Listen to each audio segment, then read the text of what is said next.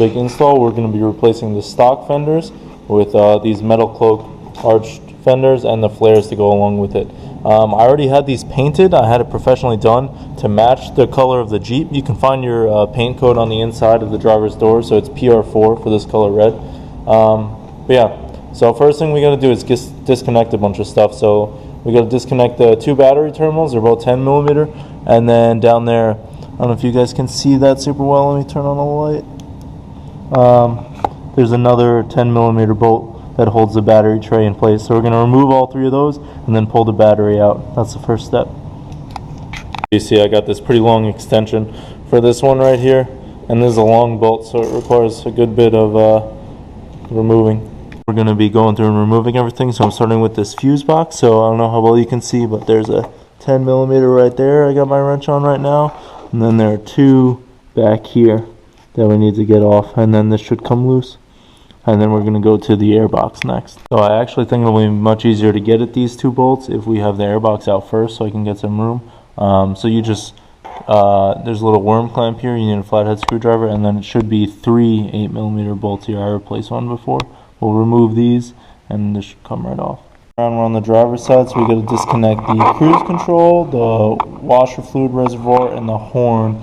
So far the cruise control, mine has three 10 millimeter bolts. This last one, I don't know how well you can see it, I'm using a U-joint, a U-socket, universal socket adapter to help me get at it. These ones for the washer fluid, there's one here and one in the back down there that are 9 mils, it seems. This one's going to be a huge pain. It's just not going. I might have to cut it or something. And then that looks like a 1/2 inch, but I'll confirm shortly. This bolt, it wasn't moving at all. And yeah, this was a 1/2 inch, and so now I've got the horn, the wiper fluid box, and the cruise control all released. About undoing the 14 bolts that hold this in. They're all 13 millimeters. So we've got 1, 2, 3 right here. Then over here, we've got another 1, 2, 3. Then we've got 4 right here. 1, 2, 3, 4. Right, and then lastly another 4 that are straight down this line.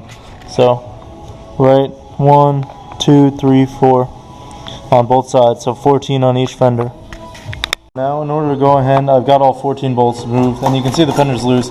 You just got to make sure you got to get the last of these like plastic clips that hold wires and such.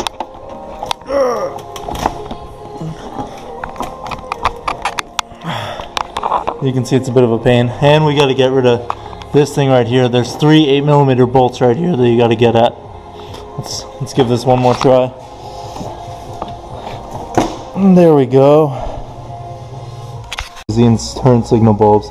Both of them, you just turn and pull out. It's actually pretty easy, and then we should be good to remove this fender.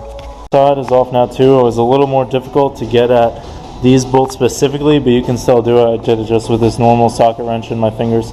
I got this tied up. Next thing is we got to remove, there's these battery trays. So there's 4 bolts on top, and then there's also, well, let me go around. Alright, so we're removing the battery tray. We got these 4 13 millimeter bolts on top. There's 1, 2, 3, and 4, right? And then we've got 2 bolts that attach it to the firewall. So one, there's a nut and a bolt, and then on the other side. And then there are these 4 clips, 1, 2, 3, 4, that we gotta take off and save. Do the same thing on the driver's side, so I remove that whole box. I want to call it the battery box, but it's obviously not for the battery over here. And I unbolted this tray for the brake. It's not the brake booster, but I guess it divvies out where the brake fluid goes. I'm not sure if I have to take it off the plate. I left it on for now. We'll come back to that.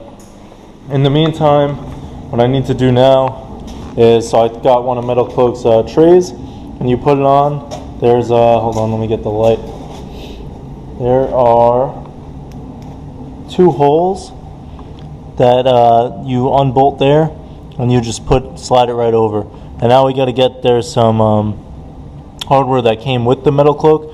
That's for this vacuum box, and we're just going to mount this on here. Ridiculous. You have to dig through the bag of all of their nuts and bolts and find there's 2 sets of these. So an 8mm nut and a T10 Torx bit. And to mount the black box like this, so you see I have the vacuum line on the bottom, and you can fit one there, and then one's going to go right on the other side. So yeah, T10 and 8mm.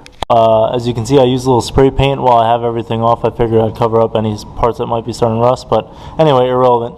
What you're going to do is, using the factory hardware now, install this, but don't do it fully tight. So just kind of put these on. So it's these 2 nuts here, and then 2 below, 13mm again. The one thing is, there were originally 3 below, and now there's only 2. There's no spot for the 3rd one, so whatever. And then these clips, you're also going to remount. So there's 8 of them total, and you're going to mount them just like this. And we're going to do the same thing on the other side. So we got these 2 bolts at the front of the fender, as you can see. There are 3 holes. They go in the bottom too. You can't really see the 3rd hole right now, but yeah, and you're using the original bolts. And next is the first part that I'm really struggling with, that I have to say I'm a little disappointed. So MetalCloak wants you to use these old nutserts here, and the new bolts, but they also don't tell you which bolts and don't have any labels on their bolts. But anyway, regardless of that, these old nutserts like just won't work.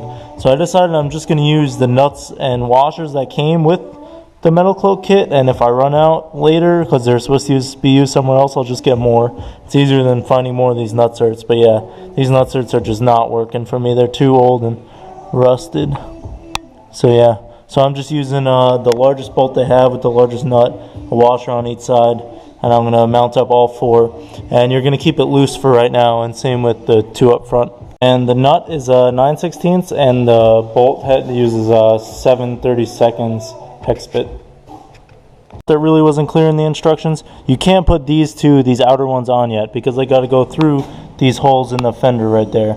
So you only want to put in from the fender liner, this aluminum part, to the battery tray, those 2 inner ones. Save these 2. I got to take them out now, and then we're going to put them in here. So what you're going to do first, so once we get these out, we're going to put this back on. So you put one of these 4 bolts here in the back to hold it up, and then one in the front just to hold it. And then we're going to put on the 2 that go through from the fender to the fender liner to the battery tray, and then put the rest of the 3 bolts here and the other remaining bolt here. And for all those, we're using the original bolts, which I saved lined up. If your fender's pretty much lined up, you can go ahead and tighten everything down. There's no specifications for torque settings, I did as tight as I could. Then there's just these 4 little bolts and nuts and a washer on each side that I put in. This is it's a 7/32, no, sorry, it's a 7/16 nut and a 5/32 hex bit for the bolt. And then there are just 4 of them along this line right here, and you tighten them down. Now it's good. And now we just got to repeat on the driver's side, and then we'll be good to move on, putting everything back together. Now we're going to mount this fuse box tray, so it just pops out. It just has these little clips that you just pry and pull it out, and then it's 3 of these same nuts, bolts, and 6 of these washers, the small ones. We're going to tighten it down and just pop this back in. Too easy. This part is a bit of a pain again. So we have the kit came with 3 brackets, right? 2 angled ones and 1 flat one. You're going to use 1 angled one there and 1 flat one here. Through trial and error, I figured out that basically you need to make sure that this is sticking out as far as possible and this is as tall as possible. And then basically the 3 holes in the airbox will mount to here, here, and here. If you want to see it from the underside, it's this bolt and this bolt right here for the 2 brackets. Yeah, and then that should take care of the airbox. To use their hardware that they give you, but none of that fits. Maybe if you remove this rubber part it would, but the instructions didn't say that. So I don't know, I just use the old hardware. It's not a big deal. One thing, definitely want to install this one first. It's pretty hard to reach, then this one, and then lastly this one being the easiest. This one is even, I'd replace myself prior to. But now we can hook this back up and move to the other side. Hooked up the cruise control on the driver's side first. So there were originally 3 mounting pieces, and I just used the angle grinder and cut 1 leg off because it's not reused. So you got one right there, which is a little tight because of my power steering, and then the one with the purge solenoid right down there. So it's right up in this corner on the underside, and that takes care of that. These parts get a little crazy again. So There's a little plastic tab underneath this and it tells you to cut, but I actually found that you didn't have to, that it would kind of fit perfectly. You guys can kind of see it right there, right through there, or maybe it's crushed, I don't know. But anyway, and you mount that other angle bracket. It's really hard to see now, but it's down in there. You bolt one on there, and then another one here. Right now it's not fitting, but I'll make it work and put one of their nuts and bolts there. And then the horn goes right next to it, and you see mine has like a little angle piece that goes down. I just put it in that hole and put the horn right there. And then we're pretty much good. So I just got to Dremel this out or drill it out and get a regular bolt in there, and this will be all good. Back, we got to remount this tray to this bracket, which I should have done earlier. The instructions didn't say, but yeah.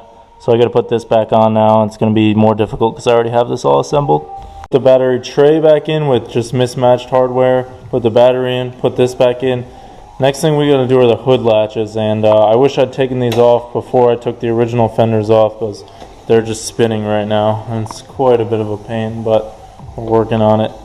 There's a bolt here and a rubber stopper. Got these side vent panels, which I'm painting myself, as you can see. I just bought some of this PR4 paint, and I'm painting the nuts and bolts that will be on the outside before we put these in. Waiting for that paint to dry, I put in these turn signals. So I bought the dual function marker light and turn signal. What they don't tell you is you should also buy, they have, if you want a marker light, the hole for it's right here, but you got to buy that separately. I didn't buy it. And there's a different flasher relay, which mounts right on top of the steering wheel in these later TJ models. Basically right now, without that flasher relay, it all works. I got it wired up. It just blinks really fast. In order to wire it, you just got to take the turn signal that was here, look at those wires, and then cut them appropriately down here. And then it comes with all the butt connectors and stuff you need to wire these up. These are pretty bright. They're pretty good, pretty easy. You just pop it in, wire it, and they're good. And so I'm waiting on now. I just purchased marker lights and the new flasher, and then flasher relay really is what it is, and then I'll be good with that. Mounted access panels you can mount from the inside like I did, or on the outside. I think they look pretty good. The one thing is I'd recommend doing this before you put all this stuff back in. It's a little harder. For this bottom bolt, I had to get a long extension and run it like under, around, and through. One other thing I'm going to do is I have Herculiner here from when I bedlined my Jeep. I'm going to coat the inside of these fenders. I just don't like the silver look. I'm going to make them black with Herculiner. And yeah, I got these new hood latches because my other ones broke. They're rugged ridge, but right now they're not fitting. I'm going to try and squeeze the hood like the instructions say with the friend, and we'll see if that works. Okay, so here it is all done. One thing, MetalCloak even in their instructions talks about the hood rubbing, and mine was rubbing on this arch right here. You got to just get a friend and just push in on the sheet metal, it'll tighten. And it was also not really wanting to close well, but I got these adjustable rugged ridge hood latches and then basically got it real tight, and I'm hoping that again the sheet metal will just conform. And lastly, as you can see, I was bed lining. I got this spray-on bed liner, not what I used when I actually coated the inside of my Jeep, but it's pretty damn easy. And yeah, and other than that, it's coming along. It's pretty much done. Give you guys a little walk around. Yeah.